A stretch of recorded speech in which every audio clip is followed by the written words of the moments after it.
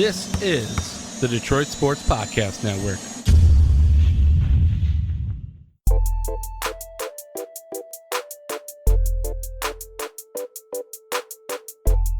All right, so take number 2. I just did 25 minutes of great podcasts, and Strohs decided not to roll on it. I'm so sorry. You know I happened to look down and I was like, oh, you didn't hit the record button. You know what I think is so funny? Is I was rolling when you let me know that we weren't recording, and you still let me continue. Like, you didn't want to interrupt me rolling because I was doing good stuff. But you weren't recording because it was so good. It was so good. So I feel so bad because I'll be honest with you. Like this goes in like the lost tapes, right? Because this was incredible stuff that we were talking about. And like the first 25 minutes were great. Well, thankfully we've reworked the show a little bit. We actually stumbled onto a topic that we didn't plan on doing, and I think because of Strohs' incompetence, you're going to get a better show. Coming up in about 10 to 15 minutes, Strohs is a douche. We've done that topic before, but he's got a new reason why. Also, I'm pissed about the Lions running backs. This might be a bit of a different show, Strohs, because it sounds like it's going to be a lot of Brendan's pissed. I like this. I like this. This is different. Normally I'm the one who's angry and upset, and you're over here trying to calm me down. This is going to be great. It wasn't even the show we had planned, but it seems like the show we're going to have. So originally we planned to come in and talk about, Strohs was pointing out to me, the Lions defense ran a lot more zone this week. And what do you know? It seemed to work pretty well. I have no belief in this coaching staff to change that. I don't even really want to talk about that, to be honest with you, because defensively, I don't think any of us really believe in this Lions coaching staff, the roster, anything about it. What I want to talk about is how Russell Wilson and Aaron Rodgers are currently showing you how much a coaching staff can hold back a quarterback, hold back an offense and a team. And I want to say something. I had some concerns about Matt Stafford in the Cardinals game. I thought that he was the biggest reason they had to kick field goals when they should have had touchdowns. That being said, he absolutely came through in the clutch. I think that eases your concerns a little bit. And I'm going to go body of work and say I still trust Matthew Stafford, despite the fact I had some concerns. That being said, Pete Carroll, great coach in one sense. I think he has had some of the best locker rooms. And like, obviously we're not in there. I hate to be that guy, but like that team has had a swagger about it, an attitude about it, a personality about it since he got there. Clearly, he's very good from that sense. But he's held back that team by holding back Russell Wilson. And for the first time since Russell Wilson got there, they're letting Russ cook. I'm sure you've seen that on Twitter. They're letting him carry that offense. And the dude might be making a case. He's every bit as good as any quarterback in the league. Dude, and he's amazing right now. But I want you to hear what I'm saying. I think Russell Wilson is making the case he is just as good as Patrick Mahomes. I would still take Patrick Mahomes at this moment, but that's how good Russell Wilson's playing. Aaron Rodgers is a guy who I think still, when you talk about Aaron Rodgers, you mention prime Aaron Rodgers. Like, he's not in the middle of it right now because he had been on such a decline for a few years. Gets a new coach, opens up that offense, and bam, look what they do. Warren Sharp's a guy I love on Twitter.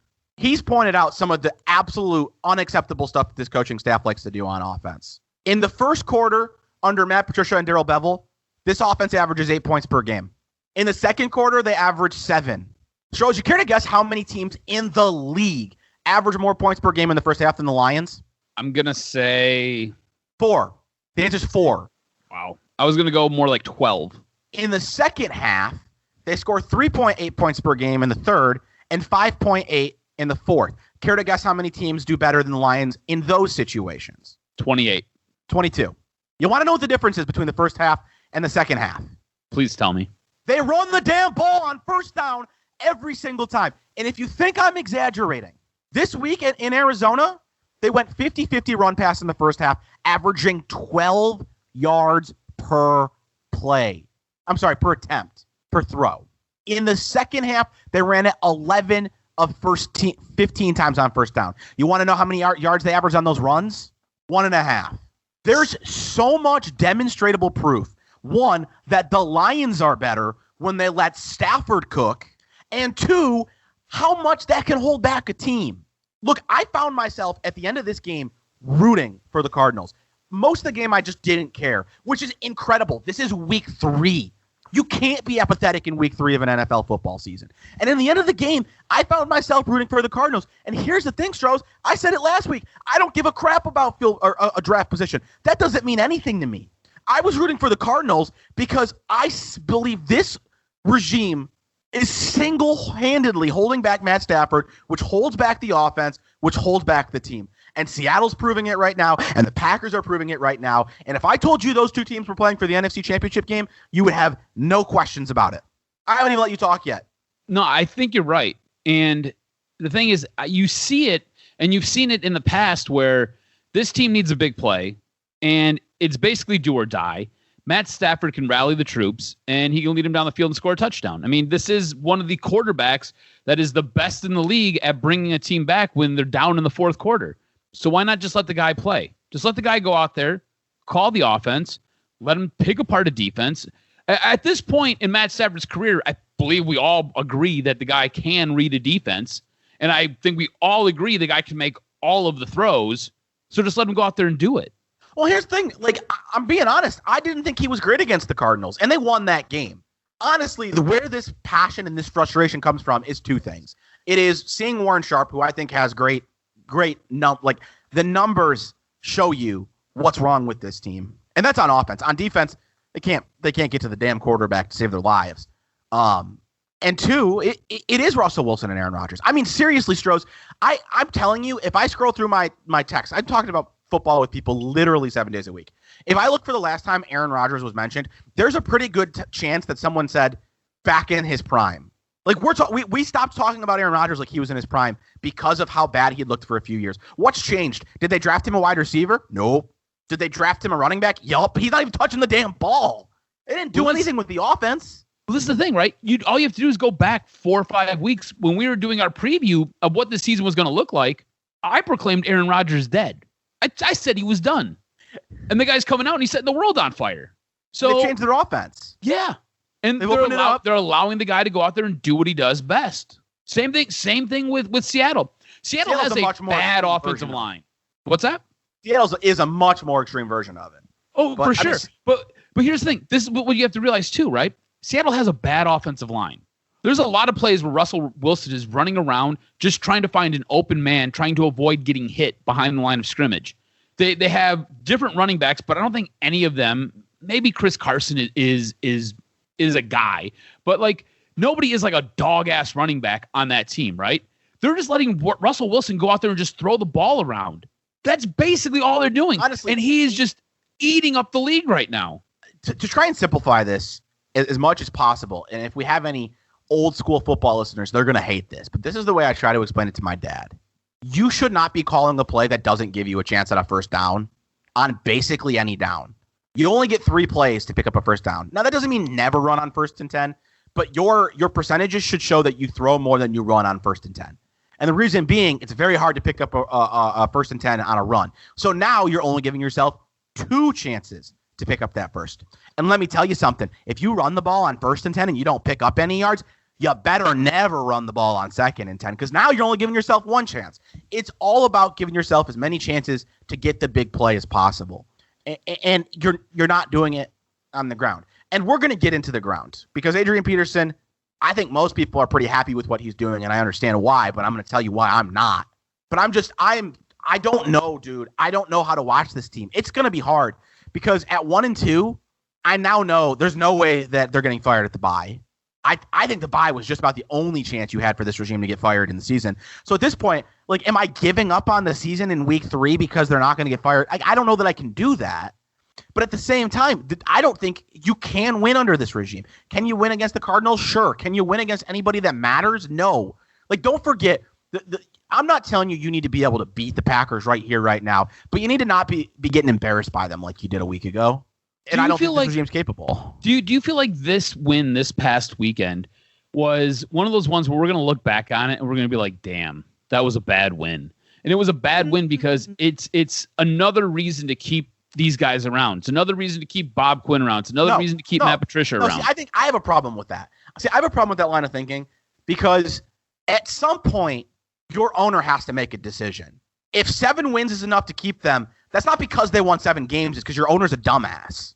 Like, I can't call one win a bad win for that reason. Can a win be a bad win in terms of draft position? Sure. If you go into week 16 as the number 1 pick and you win a game and you fall to number 4, yeah, that's a bad win in my book. But I'm not worried about draft position right now. That means literally nothing to me. You know, I know the Lions aren't the Ravens, but the Ravens are a team I look at that constantly drafts late and constantly adds high-end defensive players. Like, in the NFL, you should be able to draft at 25. You just should. Because the fact of the matter is, you should be picking starters in the 80s. So if you can't find a good player in the 20s, it's because you're not good at your job. So, no. I mean, as a whole, no. I don't think this is going to be looked at as a bad win. In fact, I think the Lions looked like pretty convincingly the better team in this game. Stafford was probably one of the weakest links of the game, and he let a comeback drive for the win. Like, no, I won't look at it as a bad win. I'm scared that the regime won't get fired till the end of the year. I think that no matter how hard I root for them, they're going to find their way to a bad record, but I just don't know how to watch this team moving forward. It's tough. It's really tough because I don't want to give up on this year, but I don't believe this team is going to make the playoffs this year. This was a game where in the fourth quarter, I was talking out loud and I was like, this team's going to mess around and they're going to actually win this. And I was upset. I was rooting against this team the entire time. So we had this conversation last week and you asked me if I was going to be rooting for this team to lose. And I was actively rooting for this team to lose. And it's because I'm in the same headspace as you. I want this whole thing gutted. I want these guys gone. And the easiest way for me to see this happen was for them to basically head into the bye with 0 wins, just get embarrassed every game they play, and it basically is going to force Sheila's hand. Now, you go out to Arizona, a place where you don't have a lot of success. You go against a team that looks like it's a pretty good team, looks like it's a team that's going to contend in the playoffs. And you go against a top 3 wide receiver in DeAndre Hopkins, and you go against a up and coming quarterback and a switchblade in Kyler Murray, and you force him to turn it over 3 different times with your secondary, which has come under scrutiny. To me, it looks like Bob Quinn, Matt Patricia can go back to Sheila and be like, "Hey, look what we just did. We won in a place we normally can't win. We're doing things with our secondary. It's all coming around. It's just going to take more time. We need more time. Give us more time. We need more assets. Give us more." I don't see. And then that is what it is. That's my concern. There's nothing you can do about it. Like, you're not going to luck into a Super Bowl. If your owner's not going to fire your coaches, then there's nothing you can do about it. I think that at the end of the year, they will find themselves fired if they don't make the playoffs, or at least get very close. And that's like, I guess what I'm saying, Strohs, is I don't want them to make the playoffs. Like, if you ask me what is better for the Lions, making the playoffs or not making the playoffs, my answer is not making the playoffs. And I don't, there's not many times I'd say that. But I don't want to not enjoy this season. And that's what's going to happen if I root against them in every game. So every game is going to be a battle for me. And I got a lot more frustrations we're going to get to in about 15 minutes. I'm sorry if I do too much yelling for you today. And I don't mean you, Strohs. I mean you listening. I love this. Normally I'm the pissed off one. You brought your flamethrower and you're ready to burn villages down. It's great. I get pissed off on here plenty, but I don't know the last time I've done 2 topics that are going to be me being pissed. This is going to be fantastic. And the next one is. But let's take a moment and breathe. I have no idea where this is going to go, which seems to be more and more normal with this middle segment. So this might be a good segment. This might not be a good segment. We'll see how this works out. But I titled it, "Am I a douche?" But like you said, anytime we pose that question, the ultimate answer is yes. Yes, I'm a douche. So what I want to do is I want to change it up a little bit. I want to do a douchebag scale. So am I just kind of douchey? That would basically be 1. And all the way at 10, you're lucky she didn't leave you. Okay? So that's what I'd like to do. 1 is still kind of douchey. There's no level on the scale in which you're not a douche at all. Like it's me. You know I'm a douche. It's just, you're kind of douchey. Well, hold on. Let's have some fun. Where would my scale range from on 0 to 10? You're like -3. No. I don't mean that. I mean, so like in your scale, 0 is still a douche. Yeah. So what is my 0 and what is my 10? Oh. Is my 10 like, yeah, that was a little douchey? It's like, yeah, that's basically your 10. 0 is like, no, you let them walk all over you. 0 is like, you're just way too nice of a guy. And 10 is, that was a little douchey. Okay. Like B, you had a little bit of a tone in your voice. Like that's your 10. Do you remember my Buffalo Wild Wings story? Yes. Do you remember how much was where was I in the douche scale on that one? I don't know. Maybe like 4. My 4 or your 4? Your 4. Okay. I just needed to know. I got a text from that podcast that told me I was the major asshole for that incident. Really? Yeah. I just don't get it. Anyways, I'm sorry. I don't mean to. I just needed to know. Let's get into your story. All right. So at the end of all of this, you need to let me know where I end up, right? So 0, you're just kind of douchey. 10, you're lucky she didn't leave you. And if you're out there listening, please let us know. Tweet us. Tell us where I rank here. But this goes back to pre-COVID. I'll have to give you the backstory to give you the story that took place the past couple days. So pre-COVID, I'm at work. I work at a gym, unfortunately. I no longer get to work in radio. It sucks for me, but it is what it is. So I'm at the gym. I signed this girl up. She is a school teacher in the Detroit school district, right? So before COVID happened, she'd come in a couple times, and I would just kind of talk to her about what's going on with basically school. And I started to get kind of interested because things with COVID started to kind of ramp up and things started to get shut down. So, we would talk, I don't know, and like conversations can probably go for anywhere from 10 minutes to 20 minutes. It's not unheard of to happen with me. So all that happens, COVID ends up coming, the gym shuts down, whatever. We reopen, and I'm doing what we call a walk around. And basically I'm picking stuff up, I'm filling bottles, I'm checking on things. My girlfriend shows up, she brings me lunch, right? So she has a Tupperware container of food for me, and I'm pushing this cart around. On my way to the back door area to put the cart away, I'm sitting there talking to my girlfriend. This girl comes up and walks, and she's getting ready to leave.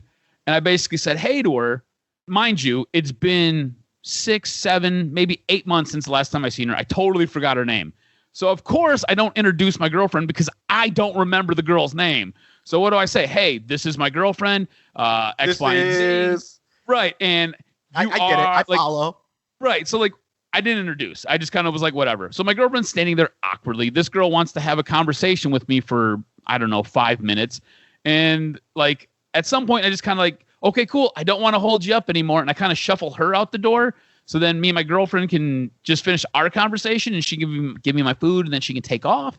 And that's the first first incident. Okay. Oh, so you kind of I was like, this sounds innocent as hell. No.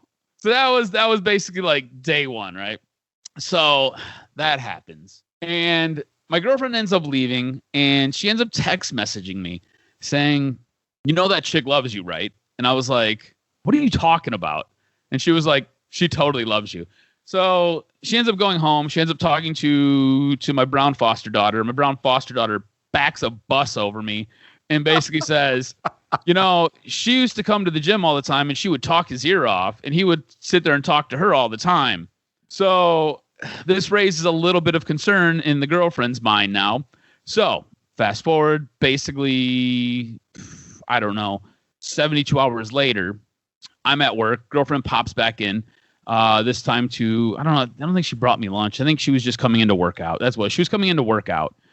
So I'm talking to her at the front door, right, when she comes in, and the other girl comes in. And so I waved at her, and she continued on her merry way to go do whatever she was going to do for her workout. And my girlfriend, so she finishes working out. My girlfriend's still working out. She comes up to the desk. We're talking. Apparently, we had been talking for 12 minutes, maybe 15 minutes. Girlfriend, mind you, the girlfriend made some comments when she walked in. Girlfriend made a couple comments about a couple different things. So, at this point, now I'm uneasy and I'm uncomfortable, right? And so, if I was going to introduce her, all of a sudden, I don't think it's an appropriate time to introduce her because my girlfriend made it seem very, it just isn't the right time. We'll just put it like that. So talk to her for 12, 15 minutes. Girlfriend comes up, and at this point, now I'm super uncomfortable. And the girlfriend's looking at me hey. And I'm like, hey. And mind you, I was in a conversation with this one chick. Girlfriend shows up. So I end up saying so are you leaving now? And she was the girlfriend says I kind of blew her off. Okay. And she was just let me know if you're coming home tonight. Basically, is what she said to me loud enough so the other girl could hear. And I was now I'm super uncomfortable. She ends up leaving. She gets upset with me. All right, so she leaves. She sends me this long message. And I assume, I want to make sure, I assume this is all approved of to be on the show. Well, I mean, I basically told her, I was like, if we're going to be in a relationship, parts of our life will be talked about. I just want to make sure. Make sure she was. Well, she when we were kind of laying the show out, she was right next to me, and I showed her text message. Like she knows, and she said she was going to create a Twitter to basically debunk everything. Yeah, she texted me for the $50 for Game Pass. Yes, and she told me she's going to create a Twitter just to combat the lies that you tell. Right, all of my fibs. So, for the record, I definitely think our audience would love to hear the other side of the story. Oh yeah, it'd be great. Like I was hoping she would actually be at the house when I was recording, but she's not here right now because it would have been great for her side of the story. So, anyways, she ends up leaving. She's very upset now. Sends me different messages, and I'm just like, I didn't know. Like I had no idea what the hell I was supposed to do in this situation because I felt uncomfortable and I just didn't know what to do. And it's very hard to make this guy uncomfortable. But I was uncomfortable. That's a fair point. So I didn't know what to do. I obviously didn't react the right way because, again, the girlfriend says I blew her off, and she felt like I blew her off for the other chick, which that's not really quality. So anyways, the other girl ends up hanging out for a couple more minutes, and we finish talking. Then she goes on her merry way. Now, I go home. It's not done? No, I have to go home, and I have to deal with this now. This is going to be a separate podcast. I have to deal with this now, okay? So, like, she's upset. I have to deal with all this. She explains to me her side of the story. I said, okay, cool. I get it, right? Like, I screwed up. I'll introduce you next time. Fast forward 24 hours later. Dear God, you did not fail to introduce her. No. So the girlfriend's not there. But the girl comes back in. And this is when I knew that the girlfriend was accurate in what she said. Mind you, I never told this girl that I had a girlfriend. Right. I haven't seen her. You didn't see this initially. Right. So girl comes in, and mind you, my girlfriend usually wears her hair up in a bun, in a high bun. This girl who has been coming to the gym never, ever wears her hair up in a high bun. She usually wears it in a high ponytail, right? She's got a lot of hair all the way down to her butt. Never wears it in a high bun. This girl comes in with a high bun, and I was like, my girlfriend nailed this. This chick might. That makes me uncomfortable. Yeah. So like, all of this happens, right? And like now I realize, like, okay, cool. So now I definitely have to let her know that I have a girlfriend. So like I had to work it into a conversation. So like she comes up to the desk and she's like, so like this is at the end of her workout. She's like, so I got 3 questions for you. And I said, okay, what's up? And I just thought they were gonna be like workout related or like gym stuff. Right. I had no idea where this was going. She was like, so what was the highlight of your day today? And I was like, this is weird. I was like, so I went to the gym and I squatted 425 today. That was pretty cool. And I am cringing so hard at what's coming. Yeah. So then my girlfriend's like, why didn't you say waking up next to my girlfriend or going to the gym with my girlfriend? And I was like, I just no, like I don't know. It just didn't seem what you do. That's a weird ass question for someone to ask you. Like, no kidding. Admittedly, if like someone's just like, so what's the highlight of your day today? I would freeze and be like, what? Like, yeah. It was a normal. If you were just like out of nowhere, what was the highlight of your day today? I'd be like, what? And then you add in the fact that you're already uncomfortable. Like I understand how you wouldn't have the presence of mind to think that. So that happens. Mind you, in the back of my head, I've got my girlfriend yelling at me, being like, you need to mention that I exist. And I'm like, okay, cool. So then she asked me her second question, which was, what was like the worst thing that happened to you today? And I was like, I had to wake up because I had to wake up for a meeting at like 9:30 and I was just way too tired. Didn't want to. And she was like, oh, okay, cool. And then she asked me like what my favorite music was. And this is where I slipped in the girlfriend part, right? So I was like, I don't know. Like, I listen to all kinds of music. Like, I even listen to country now. My girlfriend's got me listening to country. And like, when I tell you, it looked like this girl got shot. Like, her body like recoiled and like took a step back. And I was like, oh, damn. She really did have a thing for me. My girlfriend was right. This is all uncomfortable. But I did slip in the girlfriend thing, but my girlfriend was still upset because I didn't slip it in soon enough. In that conversation? Yes. I don't think it matters when you got into that conversation. That's what I'm saying. So on the scale of me being a douchebag, right? So obviously I am kind of douchey. But am I lucky she didn't leave me? No. Like, where am I at in here? Well, I mean, I don't know. That's honestly, to tell you the truth, Stros, I listened to this. This is a long ass story. It's a long story, I know. It's honestly, I think it's very like personal relationship to relationship. Mm-hmm. Like, I super understand where she's coming from. But I also like in your situation, it's like you've been talking to this person for so long, and how the hell do you randomly just out of nowhere, especially when you don't think she has a thing for you? Like how do you just like randomly slip that in? The one thing I will say where I think I would have personally, you hadn't seen this girl in 8 months, 9 months, you said? Like however long COVID was, like the gym was I shut think down, the first time I probably go, because the truth is like I'm terrible with names in the first place, Yeah, and me you're too. not interested in this girl, so like I'm not worried about her knowing that I forgot her name. Mhm. If you were, that's a little bit different. Not to bury you here because I know she listens to our podcast. I think She can't wait to listen to. to this. She was like, "You better not make me sound like I'm a crazy bitch." I was like, "Well, you're not a crazy bitch." No, Like, I totally understand where it's coming from. I think the first time I probably would have just straight up been like, "Hey, I'm sorry. We haven't talked in so long. What was your name again? This is my friend, whatever. This is my girlfriend." You know what I mean? Like, I would have still, but I get why that was uncomfortable. I think that was going to be easier than any other time after it. I think because then it becomes a situation, right? It becomes the elephant in the room. This is the like difficult conversation that like the longer you wait, the harder it gets. Yeah. Your scale was 0, still kind of. What? Give me it one more time. So 0 being kind of douchey because it's me, and then 10, you're lucky she didn't leave you. I don't know, a 3 or a 4. Ooh. I don't think it was that bad. I love you, B. Now hold on. This is the side of the story that I don't have at all. I think what determines how douchey you were was not the way you interacted with this girl, but the way you interacted with your girlfriend about it. Yeah. So yeah, that is why we need her side of the story Like for all as of this. long as you were like, I think if you were reassuring and understanding, I have a hard time killing you.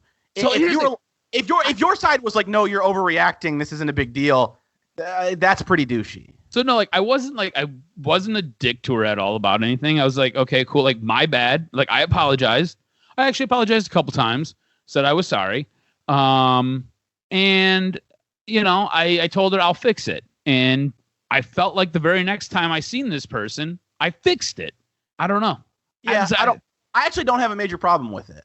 To me, it sounds more like an uncomfortable, awkward relationship situation you had to go through, but I don't think it's super douchey. Is it possible you did other douchey stuff in it? Yeah, definitely. But in the story you shared, I'm going to give it a 3 or 4. We're going to have to go to her Twitter. Hopefully she creates this and she can debunk all of this. If she would like to, what's the word I'm putting it?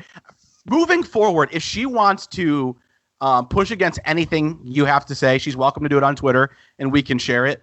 Or she has a standing invite. And I'm happy to bring it to the next podcast. Anything. She has a standing invite if she wants to come on. There's a whole ass segment I would like to do that involves her whenever that we can get to that. I've told you about it. Yes. And I think it'll be great. Here's the thing too. With the way we're recording right now, it would be super easy to add her into this, and I've got an extra microphone, so we can make this happen. All right. We'll wrap this topic up.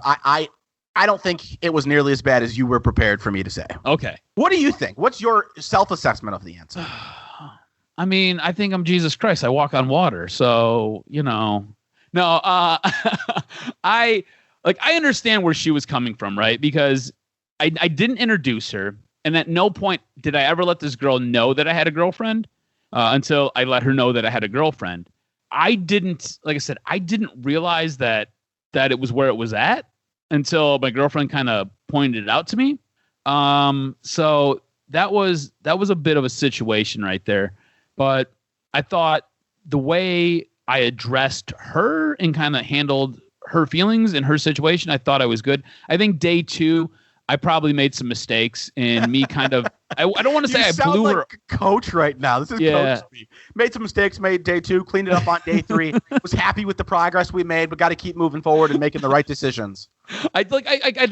So she said I blew her off, and maybe I kind of did blow her off a little bit when she came up to the gym, when she came up to the desk when I was talking to the other girl. But like at that point, there was so much baggage from the last couple incidents that I was just like, you have to go, and which probably wasn't fair to her. No, so, I would agree with that. I don't know. I would probably say a 4 or 5. All right. Moving forward, how the hell am I supposed to transition into talking about Adrian Peterson? What is it? Bevel's a douche. Carol I'm Bevel's douche scale. Being a douchebag. No. first of all, I don't know. I don't think that really falls on an offensive coordinator as much of a head coach. Look, I had a problem with the DeAndre Swift pick from the beginning, but I was able to swallow it for a couple of reasons. One, he was supposed to be the number one running back in the draft. 2, Kerryon couldn't stay healthy. 3, running backs have an immediate impact. Wait, what? Running backs have an immediate impact? Somebody tell the Lions. Adrian Peterson has been a good player, but all he's done is highlight why you don't take freaking running backs. It's infuriating to watch Adrian Peterson be on pace for 250 carries. The man is literally 35 at a position where almost nobody plays past 30, and he's taking carries away from a second-round draft pick. 2 second-round draft picks. Kerryon's a lost cause. Just let's put it on the table. And it's not because I don't believe he's capable of playing. If you have the need to sign a 35-year-old running back after drafting one at whatever 35 or so, it's a pretty damn good sign of how you feel about the other one. Yep. Nope. Miles Gaskin's the starting running back. Yeah. Yeah. What's his name in LA? Josh Kelly. There's a Kelly over there. Yeah. Josh Kelly. He's taking carries away. Mm-hmm.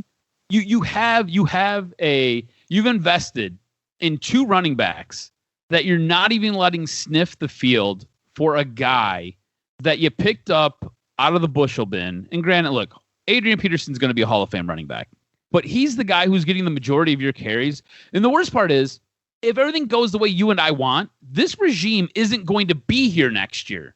So all you're doing is delaying Swift's. No. What you're doing is telling me that DeAndre Swift is a bust. I mean that. No, seriously. Because here's the thing. DeAndre Swift can still be a very good player. If you're drafted that high at running back, that's not good enough. If you're drafted that high at running back, I need you to be a very cheap piece that makes a very big difference. Mm-hmm. And you can't get on the damn field ahead of a 35-year-old. And I want to tell you something. I don't think Adrian Peterson is having some special season because Adrian Peterson is reborn. Adrian Peterson is playing really good because for the first time in a long time, the Lions' offensive line is playing good. I agree with you. This is what they're telling you coming out of Allen Park. They're saying that he's still learning the how to read the offense, and he's still learning how to read the defense. AKA, he's not ready to be a top running back in the NFL. James Robinson is rushing for more yards per carry than Adrian Peterson. He was an undrafted free agent for one of the worst teams in the league. Yep. And I want you to understand something. I'm not bashing DeAndre Swift or Adrian Peterson. I am solely bashing the Lions' decision to take DeAndre Swift because this team has needs all across the defense. Would you not say that Bob Quinn has swung and missed mightily in his drafts, especially up top? I mean, you've got a guy like... That's totally fair. I would tell you he is a very average draft record. Look, man, Jared Davis played, I think, 20 snaps last week, and they're phasing him out of this defense. He was a high pick. You've got 2 running backs that we're talking about right now, both of them second-round picks. Bob Quinn has swung and missed a ton. I don't even know what is it? But my problem with that, Strohs, is everybody swings and misses a ton. No, I get it. But let's take this year out of the equation and do this again. TJ Hawkinson looks. I hate the decision. Looks like he's going to be a pretty good player. Frank Ragnow, one of the best centers in the league right now. Agreed. Obviously, Jared Davis was awful. He took Taylor Decker, pretty damn good. Graham Glasgow, pretty damn good. Kenny Golladay, pretty damn good. I think he's average. I'm not telling you he's good. He's average. Now, he definitely has a propensity for taking players you don't take that high. TJ Hawkinson, tight end, early first round. You don't do that. Kerryon Johnson and DeAndre Swift, a running back high. You don't do that. And if you do, you sure don't do it in 2 out of 3 or 4 years. Mm-hmm.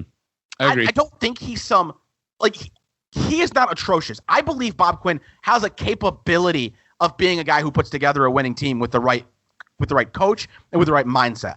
I'm not telling you I don't want to move on from him. I just think the knock on his drafting isn't fair. Look at any team, dude. Nobody hits on draft picks consistently. He's probably, if he's not average, he's slightly below. I guess, man. I feel like a lot of the decisions that he's made, right? So if I factor in what he's done in free agency and I factor in some of the misses that he has, free agency's been a disaster. It's just, he is frustrating as a talent evaluator. And look, I still like DeAndre Swift. I think DeAndre Swift has some potential.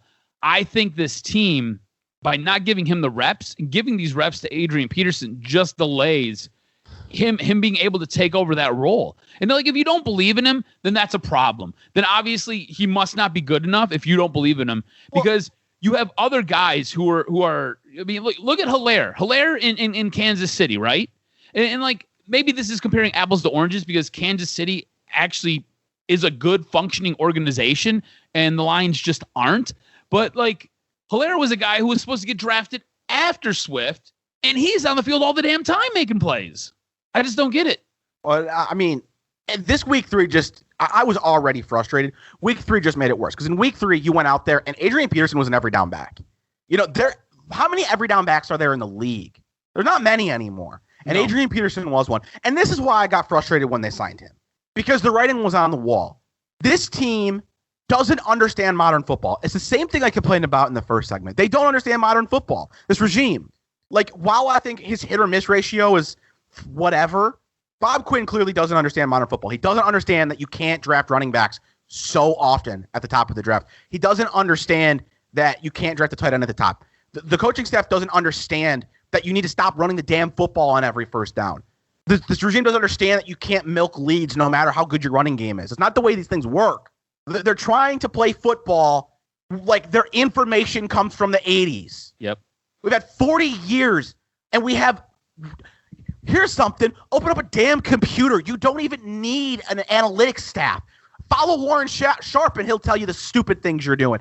And he's not the one, but believe me, there's guys out there on Twitter who tell you it's dumb to draft running backs in the second round when you can pick Adrian Peterson off the scrap heap. You don't need to be smart. You just need to pay attention to information. Like, really, that's why this is so frustrating. And honestly, Strohs, segment 1 and segment 3 could have gone together. Because all I'm saying here is, I'm not asking you to be a rocket scientist. It doesn't take a rocket scientist. It takes someone who can see trends that are obvious. If the trend is XO, XO, XO, XO, X, and you put Q, then you think you're the smartest man in the room, and I don't want you on my team. And that's the way that Bob Quinn and Matt Patricia run things. Oh, it's stupid to draft running backs high? Let's do it twice in 3 years. Oh, throwing the ball on first down is how you pick up first downs? Let's run the ball. Adrian Peterson, in all honesty, it's been fun to watch Adrian Peterson. It has, because at one time he was a special running back, and he still has some of that in him. Mm-hmm. I've had a good time watching Adrian Peterson, much like I've had a good time watching Reggie Bush on the rewatch. But the problem is Adrian Peterson was there, and those guys are always there. If you are incapable of finding a running back in a late round or in free agency who can get the job done, it's because you're stupid. And here's the thing, man. If one doesn't work in week 1, cut his ass. Sign a new one. Let me ask you, let's pull up the leading rushers right now. I'm going to go by yards per carry, because I think that's a better stat. Yeah. How many of these guys were drafted super high? Jarek McKinnon. Nope. I think Sony Michel might have been a second or third. I think he was a first round, actually. Raheem Mostert. No. Dalvin Cook was. Aaron Jones. No. Darren Henderson. No. Nick Chubb was. James Conner. No. Kareem Hunt. I don't know. Kareem Hunt was a third round pick. Leonard Fournette. Yes. Austin Eckler. I don't believe so. So what? 50-50 maybe? Maybe 50-50. And I'm counting second round as high, which is what you did with DeAndre Swift, although we should note that it was a high second. Mm-hmm. Look, it's just, and I think this stuff tends to even out even further. You look, and constantly the top running backs are not high draft picks. It's just infuriating. You're wasting high draft picks on positions that you don't need to. This is the frustrating part, right? So if there was ever a position in the league where you just kind of recycle a player, or you just kind of use them and then you dispose of them, it's the running back position. As cold as that sounds, these players are in constant car crashes. Every play ends in a car crash. So they just don't have the longevity. That's why you basically use them like they're condoms. Use them once, you're done, throw them away. That's basically it. That's the role of a running back in this league right now. Okay? If they can catch out of the backfield, if they can run between the tackles a little bit, and they can block a little bit, fantastic. Well, but if not... Strohs, I want to build on your condom analogy. Some people don't even use them. If you got a good enough quarterback, throw the damn ball. I don't use them, but... That's beside the point. Running backs. Oh, condoms, I thought. Okay, my bad. I was tying them together. If you've got a good quarterback, you don't even need to run the ball that much. No, it's true. You don't. You absolutely don't. Honestly, I think you got the perfect analogy. Running backs are condoms. Yeah. If you don't need to use it, don't. And if you do, once. No long-term condoms here. That's it. You don't need them. I mean, like, okay, cool. Let's look at a guy who's a really, really good running back, right? So look at Saquon Barkley. Saquon Barkley, I think nobody's going to argue he is probably a top 5 running back when he's healthy and his knee's not a complete mess like it is right now. Okay, but with that offense, if Saquon's not going, it all just kind of stagnates a little bit. You need to throw the ball to open up different things. No. Let's look at a different area. How bad was Saquon Barkley before he got hurt this year? That's true. Why? Oh, because you can't throw the ball. Because running backs don't matter.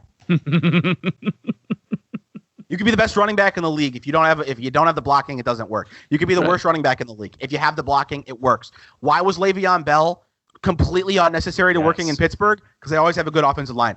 Le'Veon Bell leaves. D'Angelo Williams didn't take over, but he's great whenever Le'Veon Bell's hurt. James Conner actually leaves. James Conner steps in and he's fine. James Conner gets hurt. Benny Snell steps in and he's fine. Why? Because running backs don't matter. The Pittsburgh Steelers aren't special at finding running backs. Le'Veon Bell's terrible in New York. Running backs don't matter. So don't draft them high. Go take one off the scrap heap. There are probably 200 people in America who could start running back in the NFL. I don't even think I'm being hyperbolic. I think there are 200 people in America who could start at running back in the NFL. Have you ever played college ball? Are you under the age of 30? Good. Go start for the Lions.